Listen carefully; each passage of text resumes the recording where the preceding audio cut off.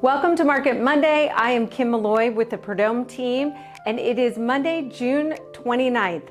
It is 4th of July week. That is an exciting time here on the island, probably the busiest week of the year, right next to RBC Heritage. So there's all a buzz, and the beaches are busy and the golf courses are packed. So it is just a fun time of year to be here. So let's go ahead and get into the data. But before we do that, make sure you hit the subscribe button and tune into us on all the social media channels as well.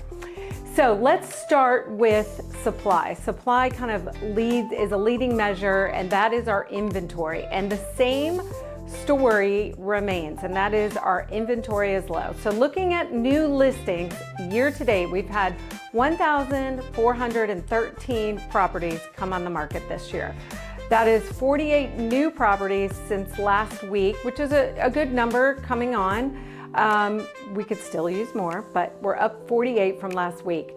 But we're actually down 8.2% since this time last year. So that means less properties have come on the market for the year than they had by this time last year. And we're down 27% from 2021, kind of looking back 5 years as we always do. Now, available inventory, that is what is available to purchase right now, sits at 874 for Hilton Head Island.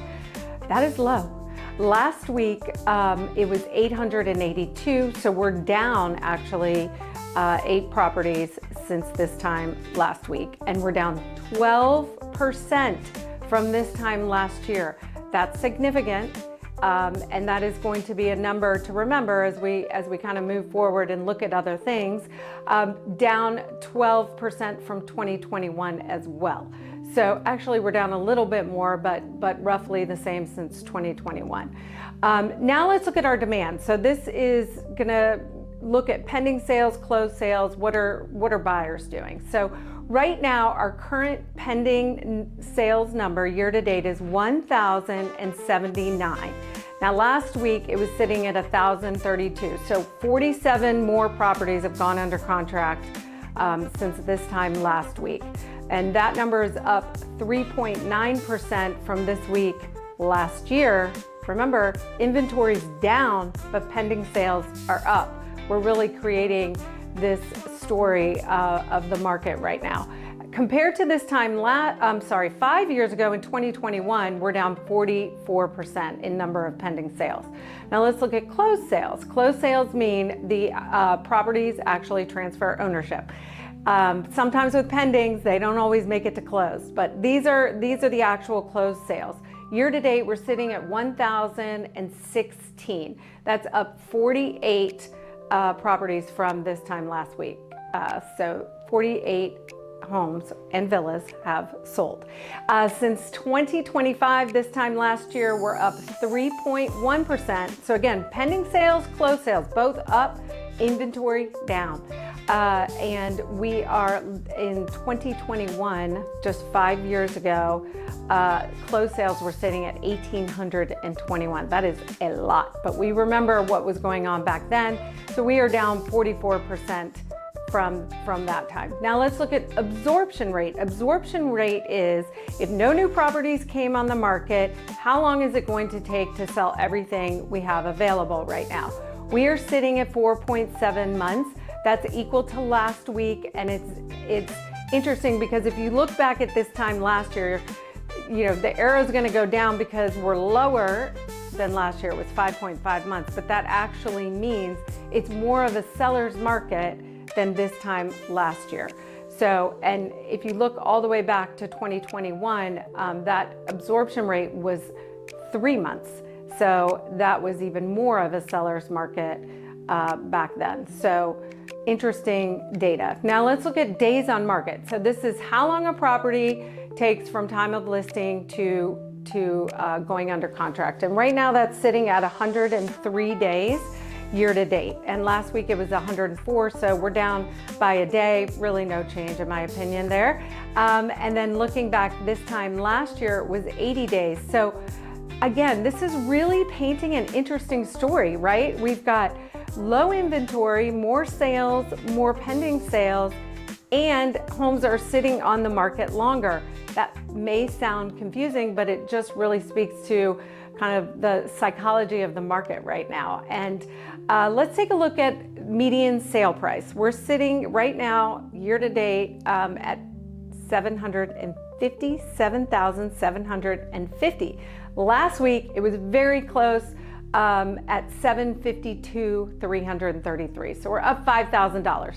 Again, no change really. That's just, maybe a little adjustment in property values that closed, between last week and this week. And again, from this time last year, we're down by not even 0.5%. So I'm going to call that close to equal as well. And that's interesting data too. But we are up a whopping 61% since 2021. And we all know that so many of you out there wish you bought back then. So remember that feeling. Now let's pull this all together. Inventory's down 12%. Closed sales are up 3.1%. This is year over year. Prices are down not even 0.5%. So let's call them equal. And then absorption rate is equal again, year over year. So really interesting data, and I want to talk about what does that even mean. But before we go there, let's talk mortgage rates. Right now, today, for a 30-year fix, we're looking at 6.6%.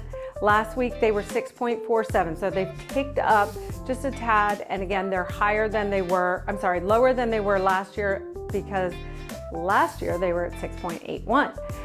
For 15-year, we're sitting at 5.96%. Last week we were at 5.81, so that has ticked up a little bit as well.